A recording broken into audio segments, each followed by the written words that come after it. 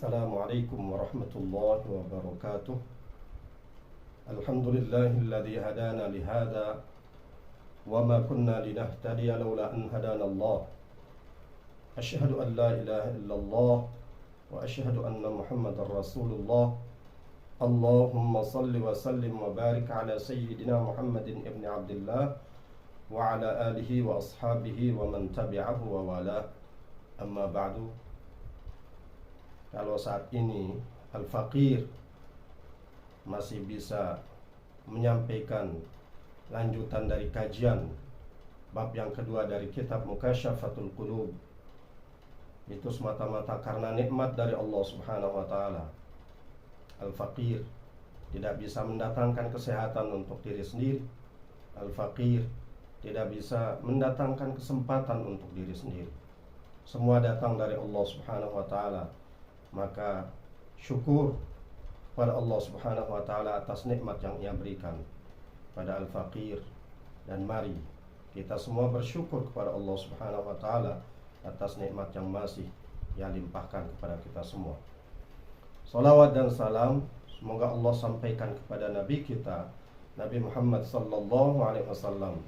Itu juga kepada keluarga dan para sahabat beliau. Mudah-mudahan dengan kita terus bersolawat kepada beliau sebagai wujud rasa cinta kita kepada Rasulullah sallallahu alaihi wasallam.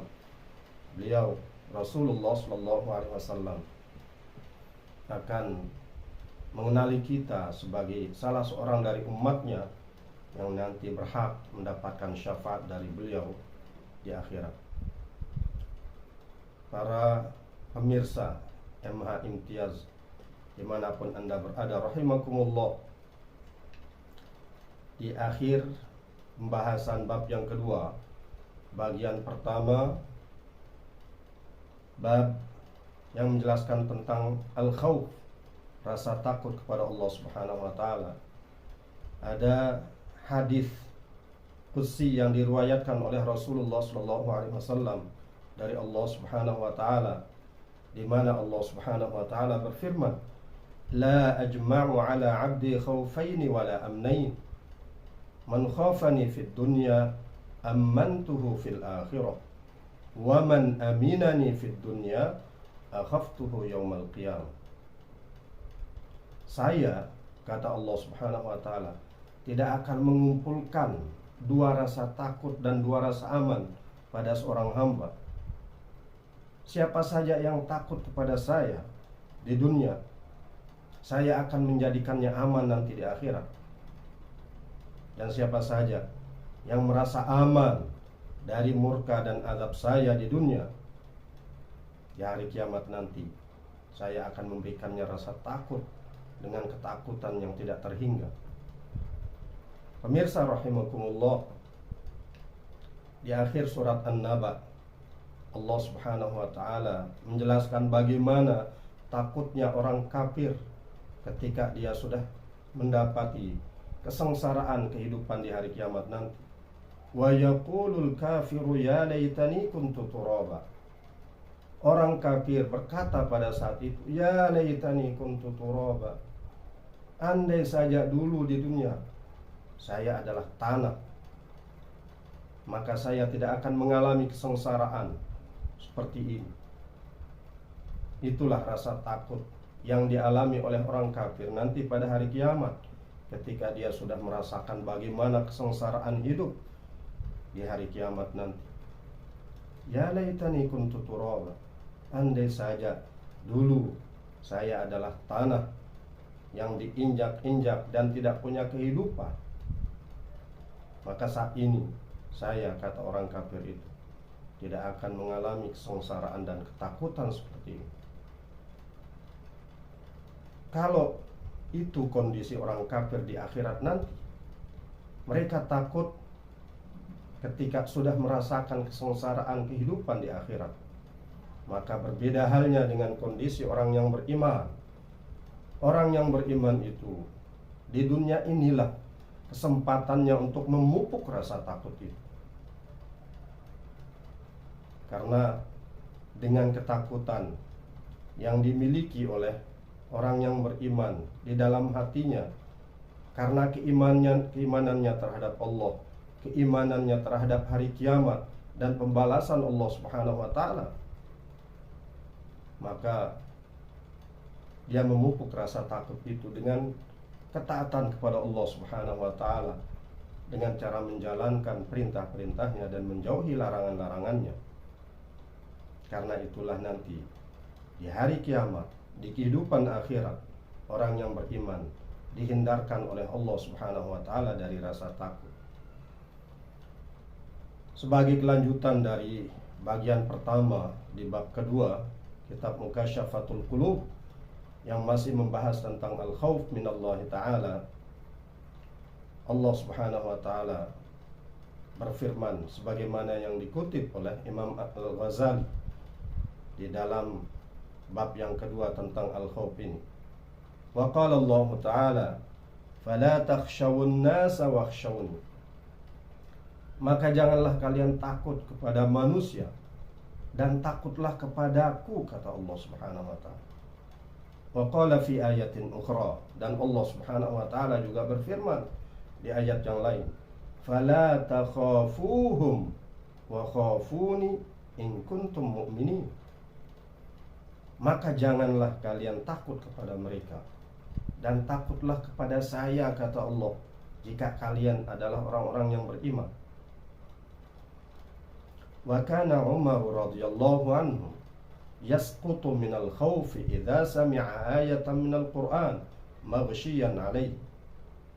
Adalah Sayyidina Umar bin Khattab radhiyallahu anhu, salah seorang sahabat Rasulullah sallallahu alaihi wasallam yang dengan keimanannya yang kuat kepada Allah Subhanahu wa taala, bahkan setan tidak mau berpapasan dengan Sayyidina Umar bin Khattab radhiyallahu anhu. Ketika Sayyidina Umar bin Khattab radhiyallahu anhu berjalan di suatu jalan dan setan melihat beliau berjalan di jalan itu, maka setan akan mencari jalan lain agar dia tidak bertemu dan berpapasan dengan Umar bin Khattab radhiyallahu anhu. Orang yang takut kepada Allah, Allah akan menjadikan musuh-musuhnya takut kepada orang itu. Beliau, Umar bin Khattab, sering jatuh pingsan karena takut kepada Allah Subhanahu wa taala apabila beliau mendengar ayat-ayat Al-Qur'an yang menjelaskan tentang adab dan murka Allah Subhanahu wa taala. Wa akhadha yawman tibnatan faqala ya laitani kuntu tibnatan wa lam aku syai'an madhkura, ya laitani lam talidni ummi. Suatu hari Sayyidina Umar bin Khattab radhiyallahu anhu mengambil setangkai gandum yang sudah dipanen, yang sudah tidak lagi bermanfaat, yang biasanya dijadikan untuk makanan binatang atau dibuang tanpa kegunaan apapun. Beliau mengatakan, ya laitani kuntu tibnatan, andai saja saya adalah setangkai gandum yang sudah dipanen dan tidak lagi dipedulikan oleh pemiliknya. Walam aku syai'an madhkura, dan saya bukanlah sesuatu yang diingat-ingat. Ya laitani lam talidni ummi, duhai andai saja saya tidak pernah dilahirkan oleh ibu saya. Wa yabki katsiran, dan beliau sering menangis, hatta tajri dumu'uhu min 'ainai, sehingga mengalirlah air matanya dari kedua matanya.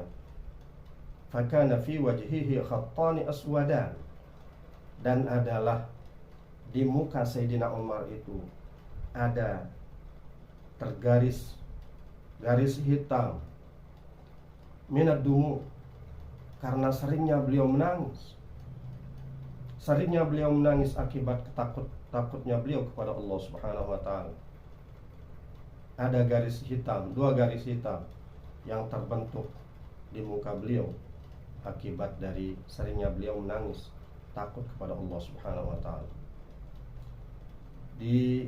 kitab yang lain diriwayatkan apa yang diinginkan oleh Sayyidina Umar bin Khattab radhiyallahu anhu karena takutnya beliau kepada Allah Subhanahu wa taala. Beliau berkata, andai saja dulu saya adalah seekor kambing yang diberi makan oleh pemilik saya sehingga menjadi gemuk, dan ketika sudah gemuk pemilik saya menyembelih saya, kemudian memakan saya, menyantap saya, dan jadilah saya kotoran yang tidak lagi dilirik oleh orang-orang. Itulah bentuk dan gambaran dari bagaimana Sayyidina Umar bin Khattab radhiyallahu anhu sangat takut kepada Allah Subhanahu wa taala. Beliau sangat takut kepada murka Allah. Beliau sangat takut kepada azab Allah Subhanahu wa taala. Rasa takut inilah yang akan menjadikan Allah Subhanahu wa taala memberikan rasa aman pada hamba-hambanya nanti di hari kiamat. Itu arti dari bahwa Allah Subhanahu wa taala tidak akan mengumpulkan dua rasa takut dan dua rasa aman pada diri seorang hamba. Ketika si hamba itu takut kepada Allah di dunia, maka nanti di akhirat Allah akan memberikan keamanan kepadanya. Ketika seorang manusia tidak takut kepada Allah di dunia ini, maka nanti di akhirat dia akan diberikan rasa takut yang sangat oleh Allah Subhanahu wa taala, karena di sana dia merasakan bagaimana azab Allah Subhanahu wa taala akibat dari ketidaktakutannya kepada azab itu pada saat hidup di dunia. Wa qala sallallahu alaihi wasallam, la yalijun nara man baka min khasyatillahi hatta ya'uda al-labanu fil dir'i. Tidak akan masuk ke dalam neraka orang yang menangis karena takut kepada Allah sampai air susu itu kembali kepada susunya. Pernahkah kita membayangkan ketika susu sapi diperah, dia akan bisa masuk kembali ke susu sapi itu? Ketika air susu sapi sudah diperah, kemudian air susu itu kembali lagi kepada susunya, mustahil. Maka begitulah orang yang takut kepada Allah, orang yang menangis, mengeluarkan air mata, menangis karena takut kepada Allah Subhanahu wa taala, tidak akan dimasukkan oleh Allah ke dalam neraka. Wa fi raqa'iqil akhbar yu'ta bi'abdin yawmal qiyamati fatarajjaha sayyi'atuhu fayu'manu bihi ilan nar fatakallama sya'ratun fayu'ammanna bihi ilan nar fatatakallamu sya'ratun min sya'rati 'ainayhi wa taqul ya rabbi rasuluka Muhammadun sallallahu alaihi wasallam qala man baka min khasyatillah harramallahu tilkal 'aina 'alan nar wa inni bakaitu min khasyatik fayaghfirullahu lahu wa yastakhlisuhu minan nar bi barakati sya'ratin wahidatin kanat tabki min khasyatillah fid dunya wa yunadi Jibril alaihi salam naja fulan ibn fulan bi sya'ratin wahidah. Di dalam kitab Raqa'iqul Akhbar disebutkan di hari kiamat nanti ada seorang hamba yang didatangkan oleh Allah Subhanahu wa taala. Ketika amalnya ditimbang, maka perbuatan-perbuatan buruknya lebih berat dari kebaikannya. Lalu ia pun digiring ke neraka. Pada saat itulah sehelai bulu matanya, selai bulu dari kedua matanya itu berkata, ya Rabb, ya Allah, Rasuluka Muhammadun sallallahu alaihi wasallam qala, Rasulmu Muhammad sallallahu alaihi wasallam pernah bersabda, man baka min khasyatillah harramallahu tilkal 'aina 'alan nar. Siapa saja yang menangis karena takut kepada Allah, maka Allah akan mengharamkan mata itu untuk dimasukkan ke dalam neraka. Wa inni bakaitu min khasyatik, dan sungguhnya saya pernah menangis karena takut kepadamu ya Allah. Kata sehelai bulu mata dari orang tersebut. Amal keburukannya sudah berat dan mengalahkan beratnya amal kebaikan, sehingga dia layak untuk dimasukkan oleh Allah ke dalam neraka. Tapi ada sehelai bulu mata yang protes kepada Allah Subhanahu wa taala dengan mengatakan, "Ya Allah, Rasulmu Muhammad sallallahu alaihi wasallam pernah bersabda memberitahukan umatnya bahwa siapa saja yang takut, yang menangis karena takut kepada Allah, maka Allah akan mengharamkan mata itu dari api neraka. Dan saya pernah basah dengan air mata karena tangisan takut kepadamu ya Allah." Kata sehelai bulu mata dari si hamba tersebut. Fayaghfirullahu lahu, maka Allah mengampuni orang itu. Wa yastakhlisuhu minan nar, dan Allah membebaskannya dari neraka. Bi barakati sya'ratin wahidatin kanat tabki min khasyatillahi fid dunya, dengan berkat sehelai bulu mata yang dulu waktu di dunia menangis karena takut kepada Allah Subhanahu wa taala. Dan malaikat Jibril pun mengumumkan, "Naja fulan ibn fulan." Si anu, putra si anu telah diselamatkan oleh Allah bi sya'ratin wahidah, dengan sebab satu helai bulu mata. Para pemirsa rahimakumullah, yakinkan diri ketika kita pernah menangis karena takut kepada Allah Subhanahu wa taala, maka itulah cara Allah Subhanahu wa taala untuk mengharamkan neraka menyentuh diri kita. Karena itulah yang disabdakan oleh Rasulullah sallallahu alaihi wasallam. Wa fi bidayatil hidayah, disebutkan di dalam kitab Bidayatul Hidayah, "Idza kana yaumul qiyamati ji'a bi jahannam." Apabila nanti telah terjadi hari kiamat, ji'a bi jahannam, Allah mendatangkan neraka jahanam itu. Tuzfiru zafratan, dia mengeluarkan suara yang sangat keras. Neraka jahanam itu mengeluarkan suara yang sangat keras. Fatajthu kullu ummatin ala rukbatiha, semua umat dari para nabi-nabi, umat semua para nabi merangkak berjalan di atas lutut-lutut min hauliha, karena dahsyatnya huru-hara yang ditimbulkan oleh neraka jahanam itu. Kama qala Allah Ta'ala, sebagaimana telah difirmankan oleh Allah Subhanahu wa taala, "Wa tara kulla ummatin jathiyah." Dan kamu melihat pada saat itu semua umat merangkak dan berjalan di atas lutut-lututnya. Ay 'ala rukabi, merangkak dengan berjalan di atas lutut-lututnya. Kullu ummatin tud'a ila kitabiha, semua umat dipanggil untuk mengambil kitabnya.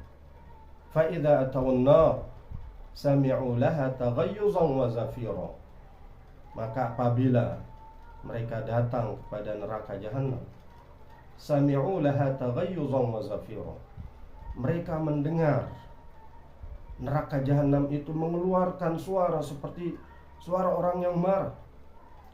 Bahkan di dalam sebuah riwayat dijelaskan bahwa neraka jahanam itu sudah terdengar suara seperti orang yang sedang marah, itu dari jarak yang ditempuh dari 100 tahun perjalanan. Sudah terdengar suara kegeraman yang dikeluarkan oleh neraka jahanam. Sami'u laha taghayyuzan wa zafira, mereka mendengar neraka jahanam itu mengeluarkan suara geram seperti orang yang marah dan mengeluarkan suara yang sangat keras. Yaqul, tasma'u zafrataha tusma'u zafratuha min masirati 500.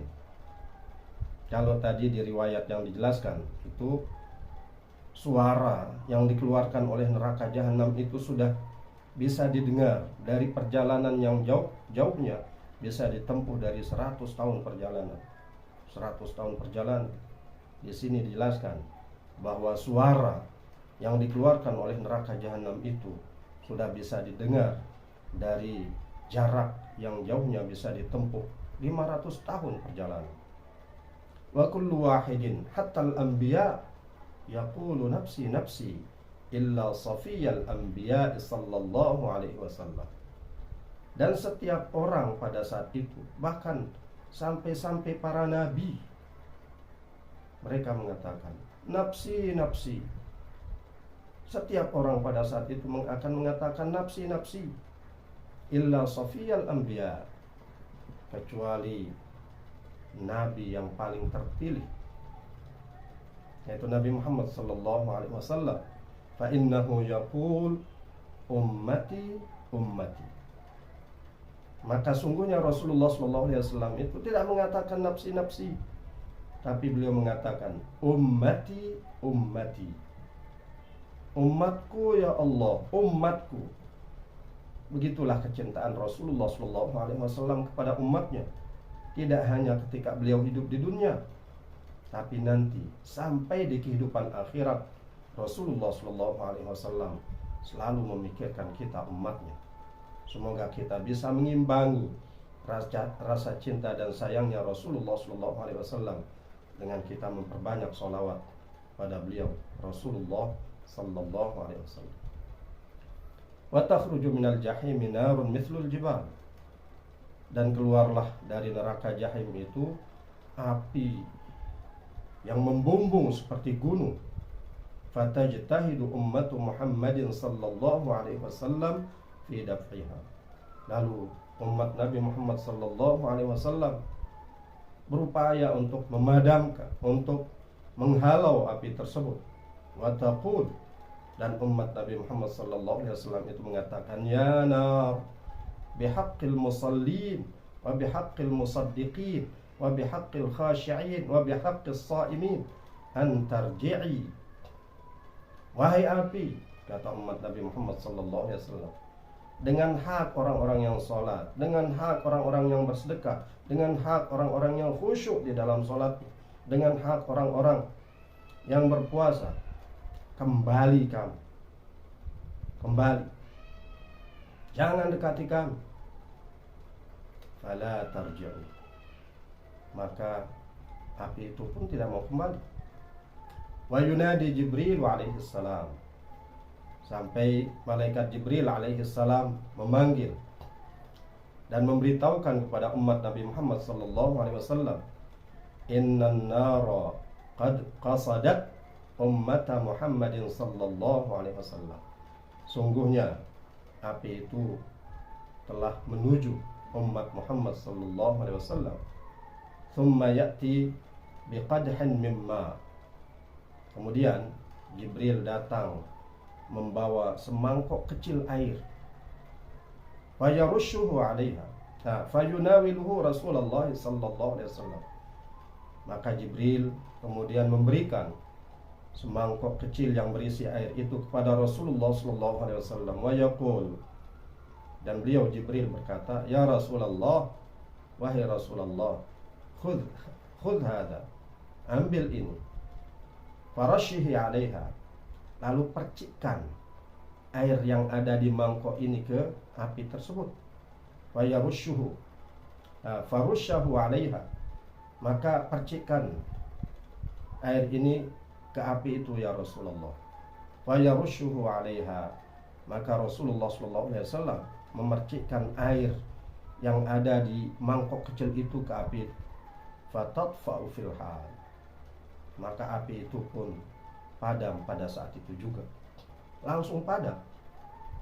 Fa yaqulu sallallahu alaihi wasallam, maka Rasulullah sallallahu alaihi wasallam bertanya kepada malaikat Jibril, ma hadzal ma, air apa ini wahai Jibril, yang sangat manjur, memadamkan api yang membumbung seperti gunung ini.